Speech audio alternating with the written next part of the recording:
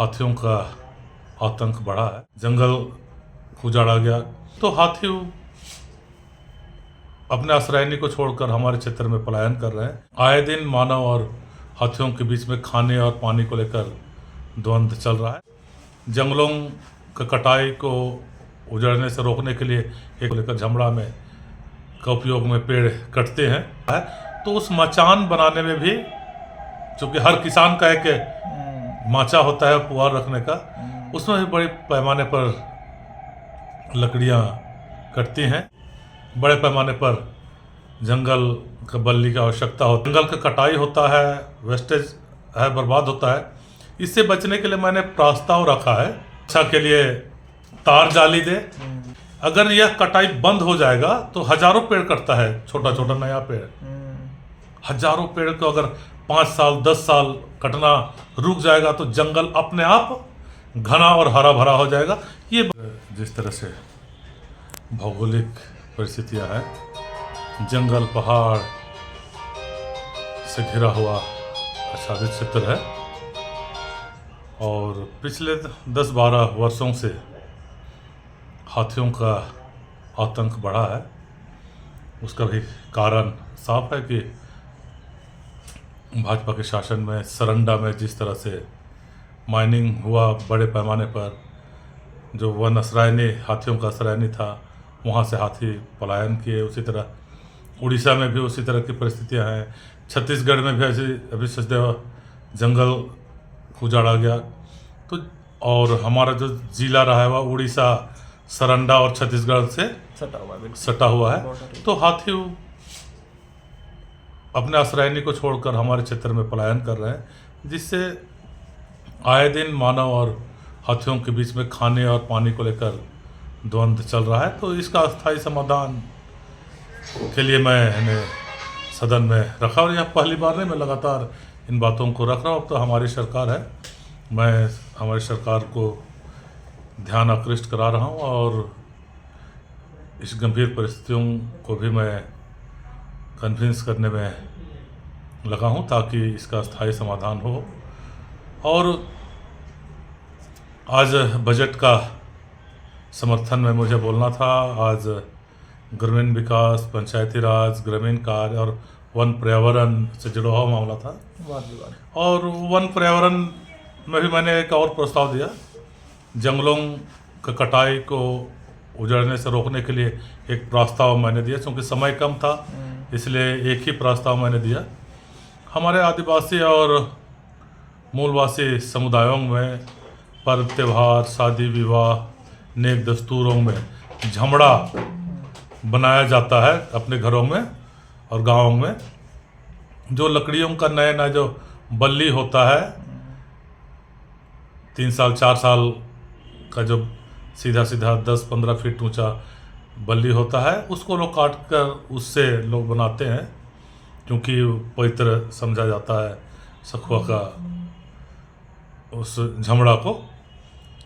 तो जिसके कारण हर साल बड़ी तादाद में इस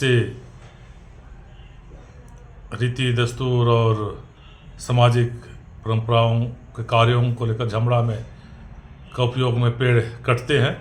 ये एक इशू था। और दूसरा कि ग्रामीण क्षेत्रों में लोग अपने पुआलों को, जो अपने मवेशियों के लिए बचा कर रखते हैं, गर्मियों के समय में जब चारा नहीं मिलता है, हरा चारा, तब तक बचाए रखने के लिए उसको एक लकड़ी का मचान लोग बनाते हैं और बैलों के, भैंसों के पहुंच से ऊपर कम से कम 10-12 फीट में इसको लोग लगाता है। और जब चारा ख़त्म हो जाता है प्राकृतिक रूप से, तब वहाँ से पुआल को लोग उतारता है और खिलाता है। तो उस मचान बनाने में भी, चूँकि हर किसान का एक माचा होता है पुआल रखने का, उसमें भी बड़े पैमाने पर लकड़ियाँ कटती हैं। और उसके लिए और जो हमारा दीदी बारी जो चल रहा है, हर गांव में एक घर से सटा हुआ एक बारी होता है, 4-5 डिसमिल का, जो घर से सटा हुआ घर का वेस्टेज पानी, जो हाथ मुंह धोना या बासन बर्तन धोना के बाद जो पानी बहता है उसको लोग यूज़ करते हैं उसमें।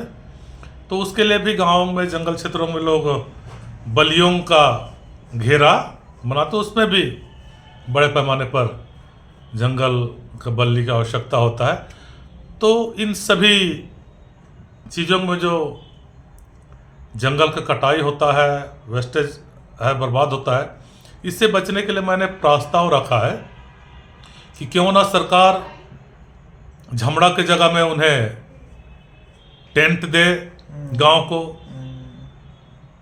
लकड़ी का मचान के जगह सीमेंटेड माचा दे, और दीदी बारी या बगान का बारी, अपने घर से सटा हुआ बारी के सुरक्षा के लिए तार जाली दे, ताकि वृक्ष की कटाई कम हो। और अगर यह कटाई बंद हो जाएगा तो हजारों पेड़ कटता है, छोटा छोटा नया पेड़, हजारों पेड़ को अगर 5 साल 10 साल कटना रुक जाएगा तो जंगल अपने आप घना और हरा भरा हो जाएगा।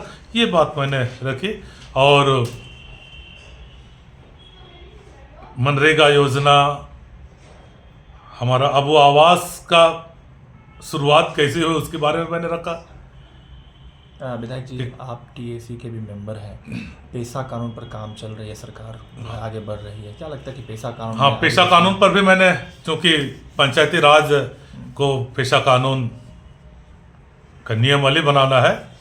पेशा कानून तो 1996 में आदिवासी केंद्र सरकार ने, नाराजगी है कि हमारे जो है 96 पर जो बना था कानून, उसको लेकर जो है उनका कहना है कि कुछ इधर उधर अगर छेड़छाड़ किया जाता है, क्या कुछ आदिवासी संगठनों का ख्याल रखेंगे आप लोग? निश्चित तौर पर मैंने तो सेमिनारों में भी, सोशल मीडिया के माध्यम से भी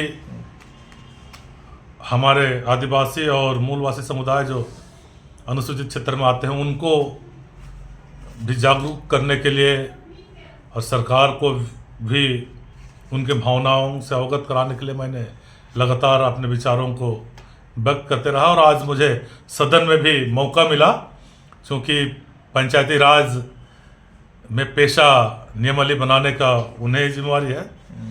मैंने स्पष्ट तौर से कहा कि 1996 में जो केंद्र सरकार ने पंचायत उपबंध अनुसूचित क्षेत्रों में विस्तार अधिनियम 1996 जो बना है, जिसमें प्राकृतिक संसाधनों को का अधिकार गांव वालों को, ग्राम सभा को दिया है, और आदिवासी संस्थाएं जो हैं जिन्हें स्वशासन का अधिकार दिया है, और भी कई अधिकार पेशा कानून 1996 के तहत मिला है, उसको अक्षरशः जनभावनाओं के अनुरूप, आदिवासी परंपराओं के अनुरूप नियमावली बनाकर उन अधिकारों को दिया जाए। क्योंकि माननीय उच्च न्यायालय ने भी अपना निर्देश जारी डिसीजन में किए हैं। तो उन सभी चीज़ों को मैंने ग्रामीण पंचायती राज विभाग को माननीय अध्यक्ष जी के द्वारा आग्रह किया है कि आप जल्दी से जल्दी नियमावली बनाइए और टीएसी को परामर्श के लिए भेजिए। क्या है, हम टीएसी में उसको देखेंगे, फिर उसको सरकार के पास विधेयक के रूप में लाएंगे, और एक बेहतर नियमावली जो 96 के अनुरूप हो और लोगों को उनका हक मिले, इसको भी मैंने सदन में रखने का काम किया है। झारखंड की आवाज YouTube न्यूज चैनल को सब्सक्राइब जरूर करें, लाइक, कमेंट और शेयर करना ना भूलें।